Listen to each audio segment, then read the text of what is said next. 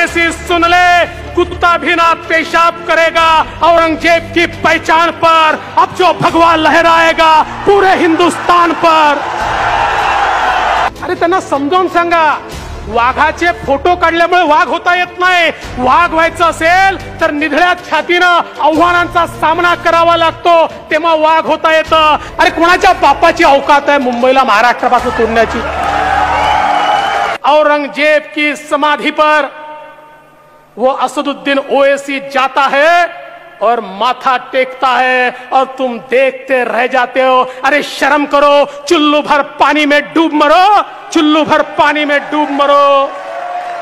अरे ओवैसी सुन ले, कुत्ता भी ना पेशाब करेगा औरंगजेब की पहचान पर, अब जो भगवा लहराएगा पूरे हिंदुस्तान पर. अब जो भगवा लहराएगा पूरे हिंदुस्तान पर.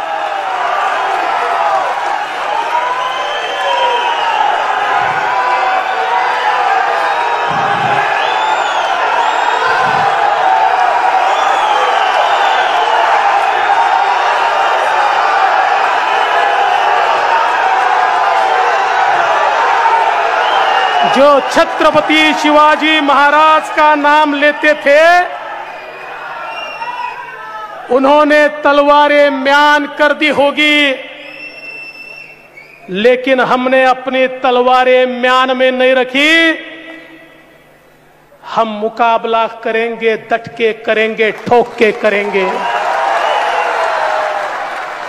अरे हा, मी गेलो तो बाबरी पाडण्याकरता, याचा मला अभिमान आहे. अरे उद्धवजी, 1992 साली फेब्रुवारीत मी नगरसेवक झालो, जुलैमध्ये मी वकील झालो आणि डिसेंबरमध्ये नगरसेवक ॲडव्होकेट देवेंद्र फडणवीस बाबरी पाडायला गेला होता.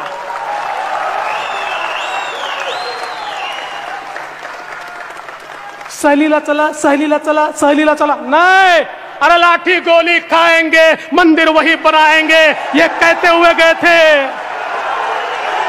क्या कहते हुए गए थे? लाठी गोली खाएंगे, मंदिर वही बनाएंगे.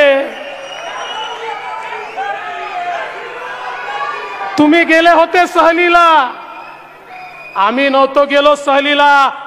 अरे तेव्हा तर सोडाच, त्याच्या 1 वर्ष आधी ज्यावेळी पहिली कार सेवा झाली आणि आमच्या कोठारी बंधूंना त्या ठिकाणी मारलं, तरी देखील भगवा झेंडा त्या बाबरी ढाच्याच्या वर आमच्या कोठारी बंधूंनी लावला.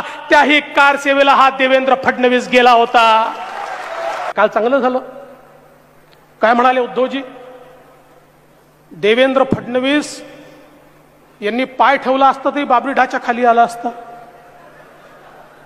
केवढा विश्वास आहे माझ्यावर बघा.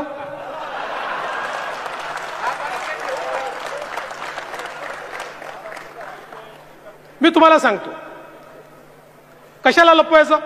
आज माझं वजन 102 किलो आहे आणि जेव्हा बाबरी पडायला गेलो तेव्हा माझं वजन 128 किलो होतं. पण उद्धवजीला ही भाषा नाही समजत, त्यामुळे त्यांच्या भाषेत सांगतो. सामान्य माणसाचा FSI जर 1 असेल तर माझा FSI 1.5 आहे आणि बाबरी पडायला गेलो होतो तेव्हा माझा FSI 2.5 होता. पण उद्धवजी, तुम्हाला असं वाटतंय माझ्या पाठीत खंजीर खुपसून तुम्ही माझं राजकीय वजन कमी करू शकाल? लक्षात ठेवा, हाच देवेंद्र फडणवीस तुमच्या सत्तेच्या बाबरी ढाच्याला खाली आणल्याशिवाय या ठिकाणी थांबणार नाही.